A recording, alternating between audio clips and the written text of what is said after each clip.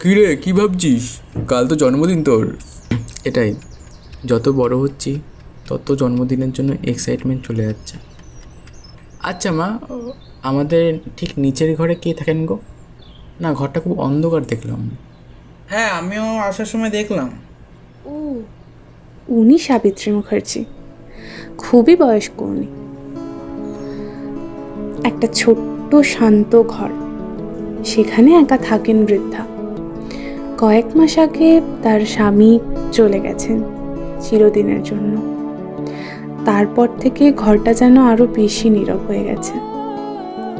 একটা ছেলে আছে তার, কিন্তু দূরের ব্যস্ত জীবনে মায়ের খোঁজ নেওয়ার সময় হয়তো আর হয়ে ওঠে না।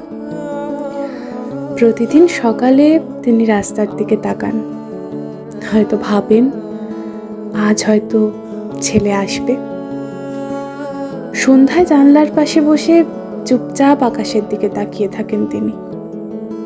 মনে পড়ে যায় সেই দিনগুলো, যখন এই ঘরটা ভরা ছিল হাসি আর গল্পে।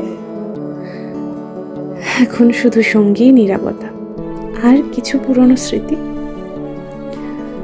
তবুও তার মনে একটা ছোট্ট আশা রয়ে যায়, হয়তো একদিন দরজায় কড়া নাড়বে কেউ আর বলবে, মা, আমি এসেছি।